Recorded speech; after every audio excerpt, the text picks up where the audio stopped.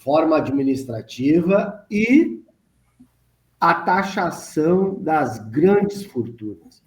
E aí a gente não está falando aqui nem do teu patrão, aquele que tem, né, o mercadinho, né? Nós estamos falando aqui do dono do Banco Safra, que tem 32 bilhões de dólares na sua conta. Nós estamos falando dessas pessoas que têm bilhões de dólares, 25 bilhões, 10 bilhões. Essas pessoas que nós falamos que é 1% do povo brasileiro. Então, quando as pessoas falam, será que eu vou ser taxado como grande fortuna?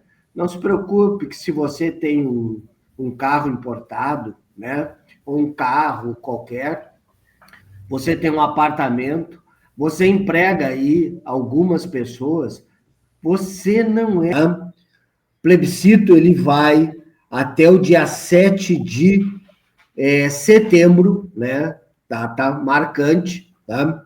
E esse plebiscito, ele aborda, né, 2 temas que tem a ver com a gente também. Redução da jornada de trabalho, redução da jornada pelo fim e a escala 6x1, tá? Então, essa é a primeira questão. E nós estamos numa pauta também, né, que é uma pauta do sindicato, que é a redução da nossa jornada também de 7 para 6 horas, né? E avançando, né? Ou até mais a escala, né, 3x1. Se a magistratura tem direito a uma escala 3x1, porque os servidores, os trabalhadores do Poder Judiciário não têm direito também. Então, esse plebiscito é importante você se manifestar, votar, porque tem a ver também com a pauta que nós aqui buscamos. A outra pergunta, né? Quem ganha mais de 50 mil pague mais imposto. E para aqueles que recebem até 5 mil, não pague imposto de renda. Então, estas são as 2 perguntas. Como é que você pode se manifestar? Aqui no sindicato nós temos uma urna física, tá? Mas também está na matéria do sindicato já a urna virtual do sindicato. E você pode pegar essa urna virtual e espalhar para demais colegas. E você pode pegar esse QR Code que vai aparecer na sua urna. Nós estamos buscando que os aposentados tenham direito ao auxílio social, já que Santa Catarina tem e Mato Grosso do Sul também tem auxílio social, né? Então, a gente está buscando isso. Ontem conversamos com o assessor da presidência, tá? E ele ficou de conversar com o desembargador, o segundo vice-presidente, desembargador Sérgio Blatz, para ele marcar a audiência com o sindicato. Bom, gente, isso tinha ficado em maio, o desembargador Sérgio Blatz marcar a audiência. Segundo ele, na última audiência que nós tivemos agora, em junho, né, com o presidente do Tribunal de Justiça, o desembargador Sérgio Blatz disse que estava aguardando essa audiência para marcar uma nova data com a gente. Bom, gente, já se passou aí 16 dias, praticamente, e nada dessa data. Será que o desembargador Blatz tem um espacinho na agenda para receber nossos aposentados e aposentadas? Pessoas que sofrem muito com essa... Foi apresentado pelo relator, o coordenador do GT, que está trabalhando sobre a proposta de reforma administrativa, deputado Pedro Paulo, do PSD do Rio de Janeiro. Ele apresentou o relatório ontem ao presidente da Câmara, deputado Hugo Mota, do Republicano da Paraíba, tá? E aí o presidente da Câmara, então, recebeu o relatório e solicitou que não seja divulgado o texto ao público e que ele primeiro seja apresentado às bancadas e conforme a orientação do coordenador, deputado Pedro Paulo, do PSDB, tá? Ele serão apresentado uma PEC, um PLP e um PL, tá? Que já estão prontos, olhe bem, gente, já estão prontos e deverão agir em 3 princípios. A reforma com olhar para o cidadão, como servidor sendo agente de transformação sem ser vilão. Ótimo. É isso que a gente quer. Não era aquela reforma 32 do presidente Bolsonaro. Não vai discutir o tamanho do Estado. Esse é o segundo eixo, que é também lá discutir a diminuição do Estado. E o ajuste fiscal não foi colocado na reforma. Mas preste atenção. Ainda que, segundo o deputado Pedro Paulo, se possa discutir alguns elementos de equilíbrio nos gastos públicos. Aí o jabuti está aí, gente. O texto não traz,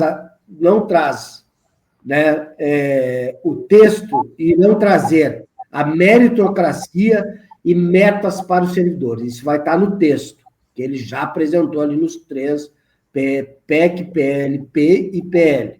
Tá? Pasmem, ele não coloca os militares no texto. Mais uma vez, os militares estão fora da reforma administrativa. E os altos salários é ponto delicado. Então, que reforma é essa? Reforma para quem? Não é uma reforma. É um desmonte, novamente, do serviço. Como é que vai fazer a sua parte? Procure o deputado da sua região, deputado federal, procure o senador que você votou e cobre dele. E fique atento que o sindicato vai te chamar para atos contra... O tribunal encaminhou, né, um projeto de lei 190/2025, que é o BID, Programa de Incentivo à Demissão. Pasmem, esse programa tem lá um formulário perguntando se a pessoa quer aderir ou não ao BID. O tribunal nem esperou a Assembleia Legislativa aprovar o projeto e já está encaminhando para os seletistas uma consulta, que é este e-mail aqui, que já chegou na mão de vários seletistas. Tá? Até o dia 25, primeiro. Lá na lei diz o seguinte, gente. O saldo do FGTS, 40% do saldo do FGTS. É o saldo rescisório ou qual o saldo é o que está na conta? Isso não está específico na lei. Então, isso é uma grande preocupação, porque tu perde dinheiro aí, se for o saldo que tu está na conta.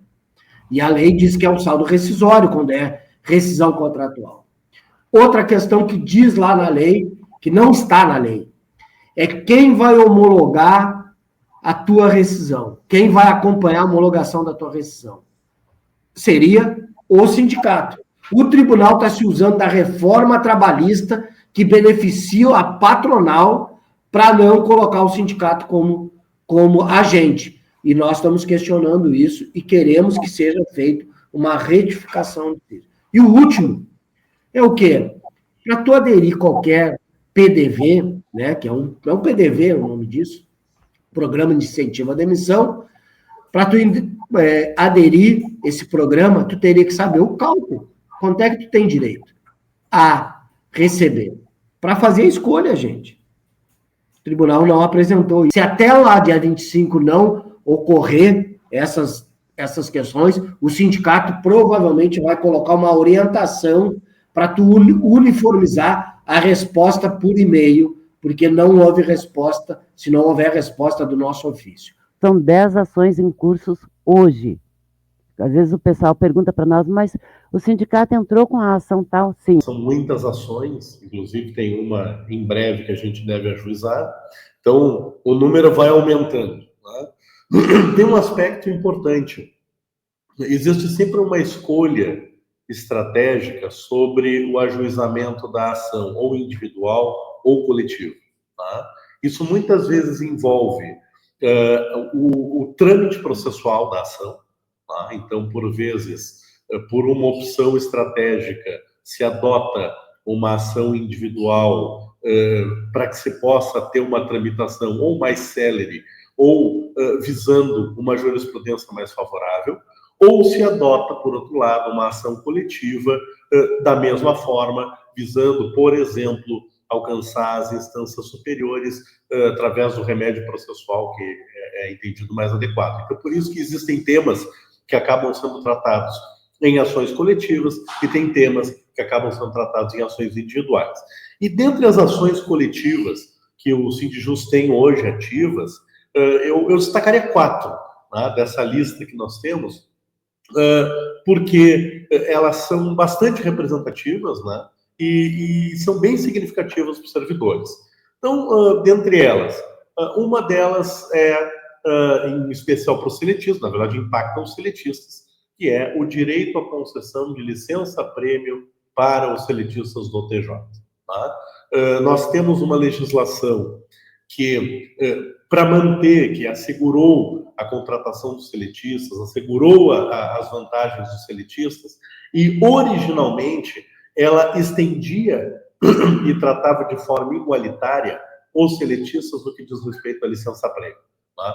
Nós sabemos que recentemente teve alteração na Constituição Estadual, suprimindo o direito à licença-prêmio, mas isto sempre foi contabilizado para os servidores e essa alteração constitucional assegurou o pagamento ainda do direito adquirido a essas licenças-prêmio, assim como assegurou um último período de contagem de licença-prêmio, isso em março de 2019. Então, quem estava com um dia de nova contagem dos 5 anos da licença-prêmio tem preservado esse período aquisitivo. Tá? Só que os seletistas ficaram sem nada. Os seletistas não receberam, aqueles que tiveram rescisão do contrato, não receberam licenças-prêmio indenizadas, os seletistas não receberam licença-prêmio na ativa, não receberam indenização em 2023, quando foram indenizados todas as LPs para os ativos. Pois bem, então o processo busca esse reconhecimento do direito com base na legislação estadual. O Estatuto do Servidor do Poder Judiciário, o Estatuto Tradicional que tanto serve, inclusive para processo administrativo disciplinar, e foi recentemente alterado, ele também assegura isso para os seletistas e não foi respeitado, entendemos que deve ser. O processo ele aguarda o parecer final do Ministério Público e vai para o segundo processo muito importante, é o dos plantões, tá? Em que nós discutimos limites aos plantões, porque, na verdade, o servidor público tem uma jornada constitucional, tem um limite de jornada previsto na Lei 10.098, e isso não é respeitado.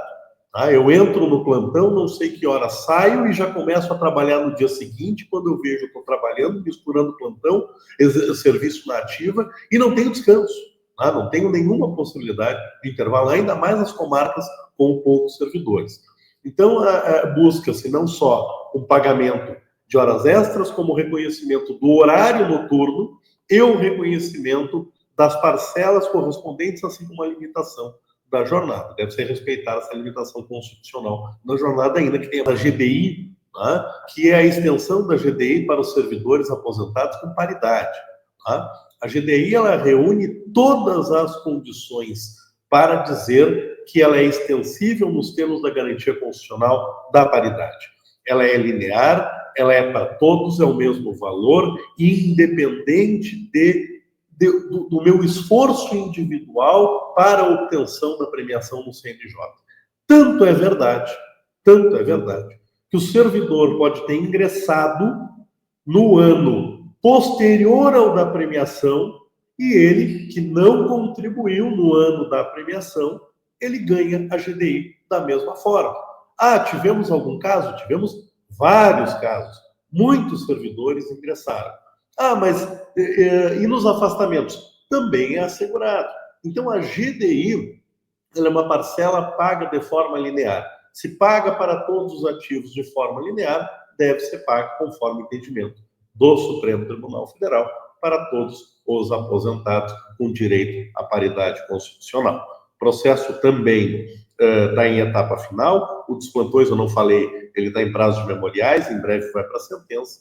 O da GDI aguarda agora despacho para encerramento da instrução e conclusão. As licenças-prêmio foram pagas por um grupo de servidores que não tinham ações judiciais e que eram ativos na época do reconhecimento administrativo, isso final de 2024, reconhece esse direito, então passa a pagar para os servidores ativos.